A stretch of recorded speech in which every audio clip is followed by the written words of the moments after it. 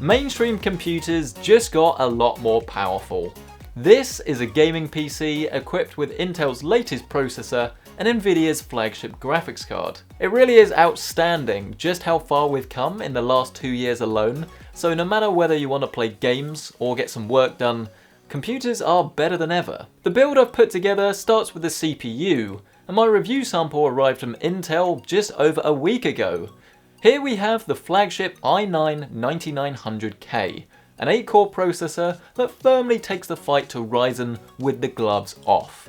8 cores and 16 threads are bound to speed up your workflow, and with a base clock of 3.6 GHz and a turbo up to 5, you'll have a huge amount of power at your disposal. And don't worry, we'll be showing off exactly what this stuff can do a little later in this video. New CPUs of course mean new motherboards, and as you'd expect, we're using one of them here. And this is a Z390 board, and it's the Gaming Edge AC, which was kindly sent out by MSI. The approach is definitely more of an elegant one, and I have to say that the jet black design really works for the theme of this build, with subtle RGB elements that more accent the system rather than scream in your face. Overclocking features are of course present and correct, and are now better than ever, and there's plenty of USB headers on board, and I actually used every single one, which means that the 2 USB 2, 2 USB 3, and the latest generation 3.1 were all filled, which isn't something I really expected to do. In terms of cooling, we're actually going for something a little different this time round, and it's from a company called Deepcool, and I'd actually never used them before, so when they shipped out the Castle 240, I was a little bit skeptical to say the least. It's very similar in terms of what NZXT are doing, with a mirror finish to the pump head, and it comes in both 240 and 280mm sizes. The thing that really stands out to me though is the RGB, as it's definitely one of the most attractive implementations I've seen to date, with addressable RGB on both the pump and the fans. In terms of RAM, I've finally got my hands on that infamous water-cooled memory from XPG.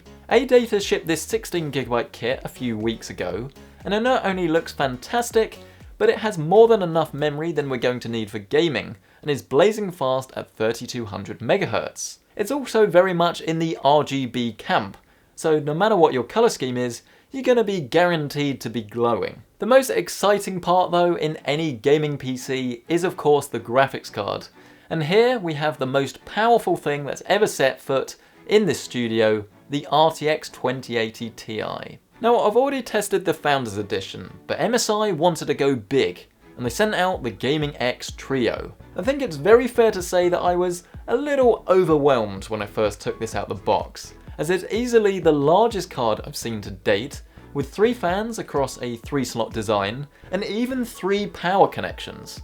Wow, that's quite a lot of 3s. At the time of filming, we're still a little unsure exactly what the untapped RTX potential of this will be, but in the meantime we can enjoy unparalleled performance across the super sharp 4K resolution.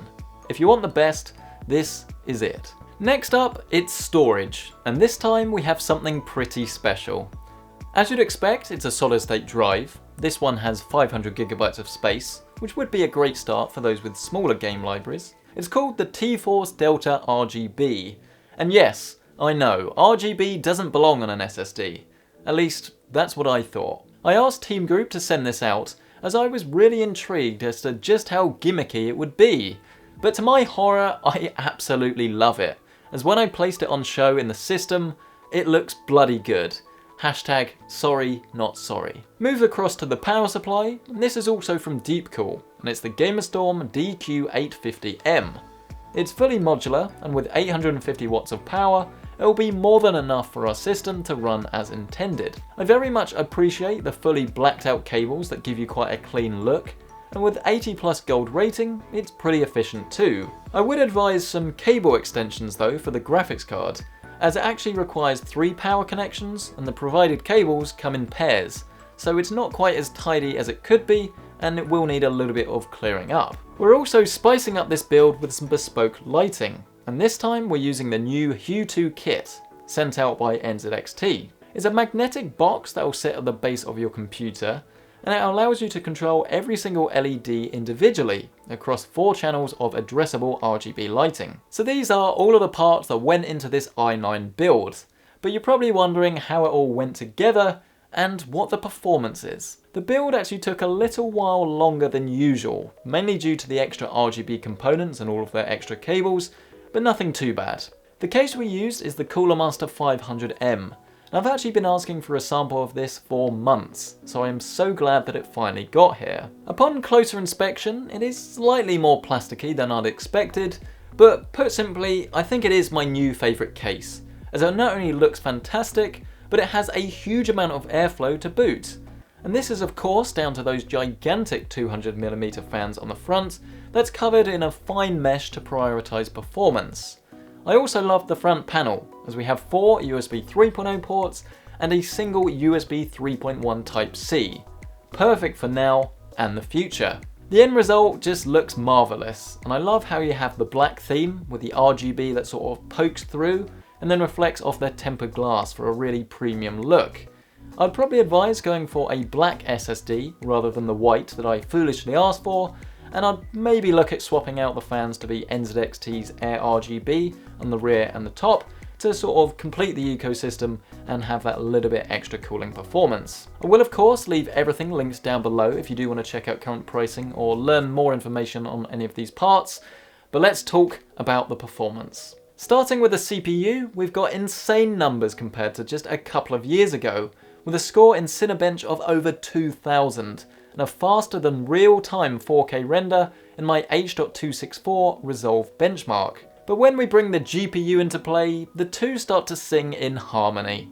Across each of the mainstream titles, we see crushing performance across the board, despite the fact we're using maximum presets and demanding resolutions. It's really quite incredible that we can get 4K frame rates well past the 60 mark.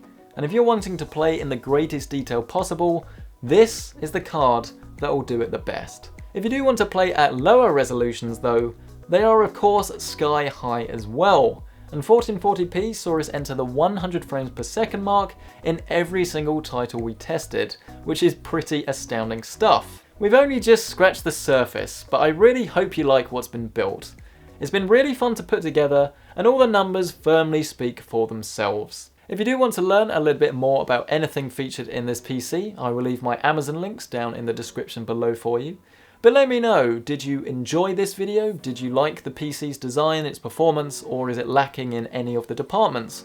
What would you do differently? Let me know in the comment section, and of course hit the like button if you've enjoyed it, and subscribe for more builds just like this and other PC gaming videos. In fact, in the end screen there's plenty of others that you can check out if you've got that little bit more time. But thank you for your time, what a segue that was, and I will see you in the next video.